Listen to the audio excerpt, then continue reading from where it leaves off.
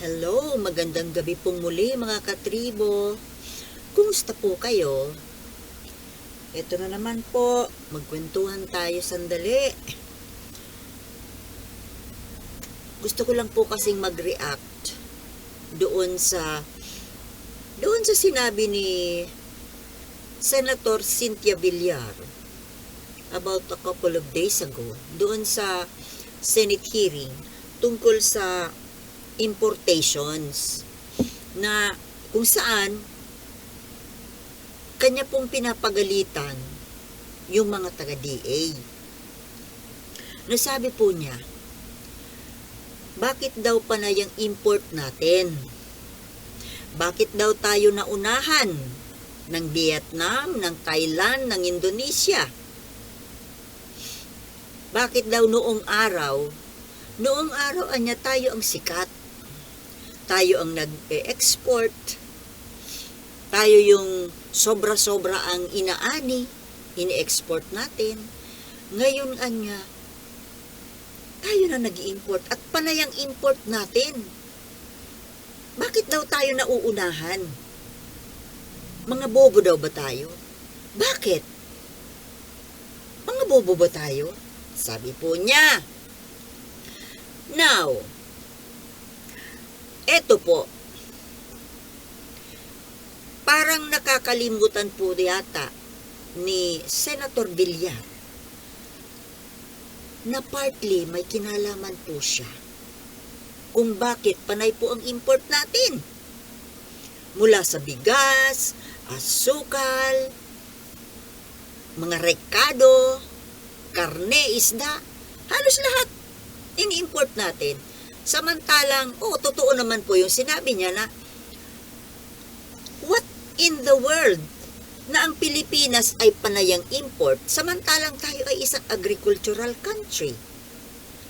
Isa pa, bakit tayo nag-i-import ng isda? Ang arkipelago tayo. Puro katubigan ang nasa kapaligiran natin. Di nga ba nakapagtataka? Very ironic, contradicting sa kung ano ang Pilipinas. Now, kailan po ba tayo bastante, salitang Bicol pero Kastila, bastante, abundant sa pagkain, mga isda, bigas, lahat. Sa totoo lang, tayo po yung nauna. Sa atin po talaga nanggaling yung modernization ng farming. Nung panahon po yun ni Apo Lakay. Diba yung IRRI, yung International Rice Research Institute, dyan sa Los Baños, Laguna. Na yung mga taga-Vietnam na yan, Thailand, Indonesia, yung lahat na taga-Southeast Asia, na walang alam sa modern technology ng pagsasaka, ay dito po yan nag-aral sa Los Baños. Dito po sila natuto. Kaya po, ayan, ang galing-galing na nila at nag-e-export sila. But ironically, kung saan po sila natuto ng ganyang pagsasaka, dito sa Pilipinas, kabaligtaran po, tayo po kung saan sila natuto. Ngayon tayo na po yung nag-i-import mula sa kanila, mula sa natutunan nila dito sa atin. Bakit nangyari yon? Una, di ba pinatalsik si Apo Lakay? Now, yung pumalit kay Apo Lakay, pinabayaan po yung agriculture. Di ba? Mula kay Cory hanggang ngayon. Ngayon na nga lang po, inaayos nung anak ni Apo Lakay yung pagsasaka. Ngayon na lang. Kasi pinabayaan po yan ng mga nakaraang administrasyon, including the past administration of Duterte. Panay po ang import. Hindi kaya tayo pinagtatawanan ng mga kapitbahay natin dito sa Southeast Asia? Siguro sinasabi nila, ano nangyari sa Pilipinas? Dati sila yung nag-i-export. Sa kanila tayo bumibili dati. Sa kanila tayo natuto. Tapos ngayon, ganito ang nangyayari. Panayang import. Di po ba? Ngayon, ang pinapagalitan niya po ni Cynthia Villar dun sa Senate hearing na yon, mga taga-DA, ano daw ba ang ginagawa ng mga taga-DA? Bakit hindi pina-i-improve ang ating pagsasaka? Na kumbaga, saan yun nag-umpisa? Okay, nag-umpisa yun nung nawala nga po sa eksena si Apo Lakay. Pinabayaan yung agrikultura. Sino ba nagpalayas kasi kay Apo Lakay? Di ba yung mga dilawan? Then, nung pumalit ang dilawan, anong ginawa? Pinabayaan yung agriculture at panay ang import. Kasi bakit? Kasi may kumikita po sa importation. At nitong mga was it in the past administration or before? Ito pong mismong si Senator Cynthia Villar na ngayon ay nagagalit kung bakit panay ang import at mga bubo daw ba tayo, bakit panay ang import?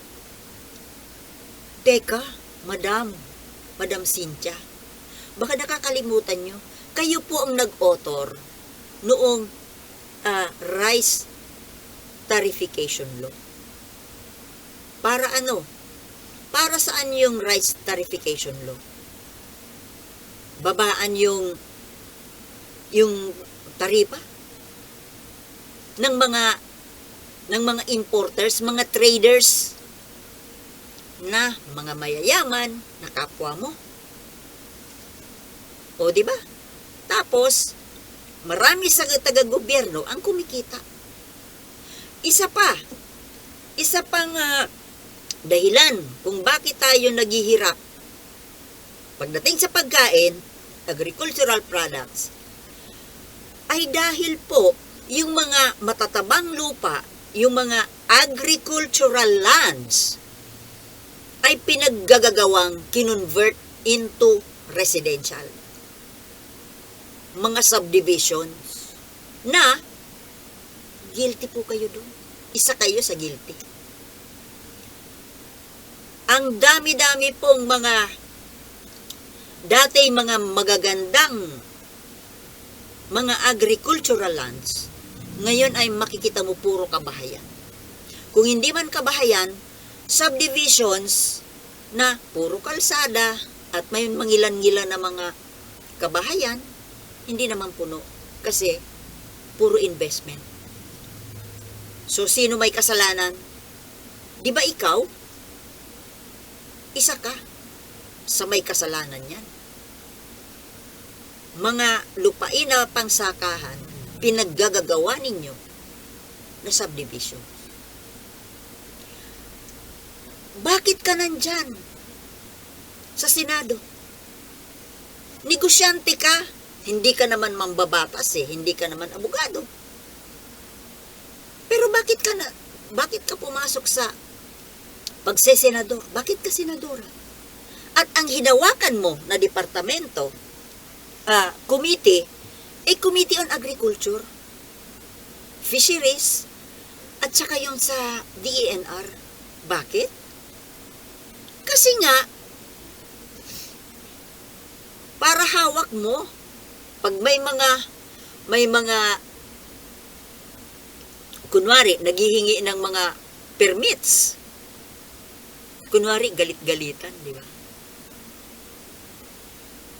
At saka yung mga, alam mo, ikaw, Madam Cynthia Villar, kaya ka pumasok diyan sa Senado para protektahan ang negosyo ninyo na real estate.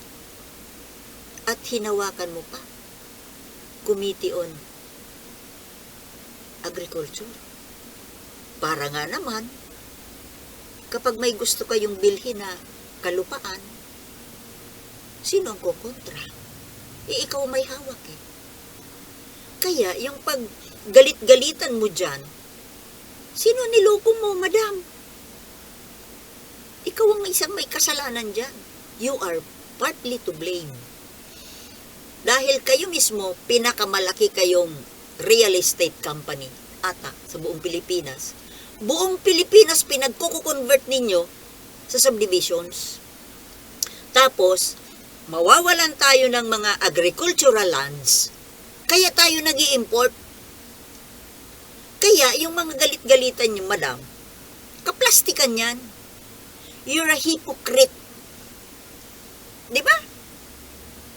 Ngayon, last term nyo na, ngayon, 2025, hindi na kayo makakatakbo pa, kaya ang ipinalit nyo dyan, sinigurado ninyong pamilya kayo na mayroong papalit na tagaloob ng pamilya mo. Yung anak mo, si Mark, di ba? Nandyan na. Nagpang-abot kayo dyan. Kasi para tuloy-tuloy. At after 12 years ng pagiging senador ng anak mo, na hindi na rin na naman siya pwedeng tumakbo, ikaw pwede na. Or other members of your family. Kasi by that time, baka kailangan nyo nang mag-retire. Oh, may mga anak ka namang iba. Ganun lang po ang ginagawa ninyo. Ginagawa ninyong negosyo at pangproteksyon yung pagiging politiko. Kaya, nagagalit kayo kunwari na bakit tayo nag-i-import? Yun ang gusto nyo eh. Di ba? Yun ang gusto nyo, mag-import. Kaya nga inubos ninyo pinagtatatayuan ng bahay ng mga subdivision na hindi naman puno ng bahay. Yung mga dating magaganda, matataba na kalupaan na agricultural lands. Wala kayong ibang inisip kundi negosyo nyo. Yung mga pumapasok sa bulsa ninyo, wala kayong pakialam kung walang makain ang sambayanang Pilipino, bibili from abroad, samantalang agricultural land na dati dito nag-aaral, yung mga Asian neighbors natin, na ngayon sila na ang pinagkukuhanan natin, ang pagkain. Funny. Very funny. How stupid the Filipinos are. Yun siguro ang sinasabi ng mga kapitbahay nating mga Asian countries. Stupid ang mga Pilipino. No. Hindi naman lahat na Pilipino ang nagdesisyon yan. Kayo, mga politiko, stupid Filipino politicians. Nakakahiya ang pinaggagawa ninyo. Di ba? Kaya yung galit-galitan ninyo, come on. Plastic. Di ba mga kababayan? Plastic po yung si Cynthia Villar.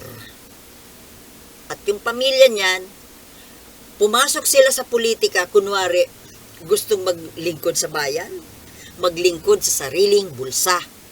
Yun. Magandang gabi po. And thank you for watching. This is your friend, Sultana de Manila. Peace.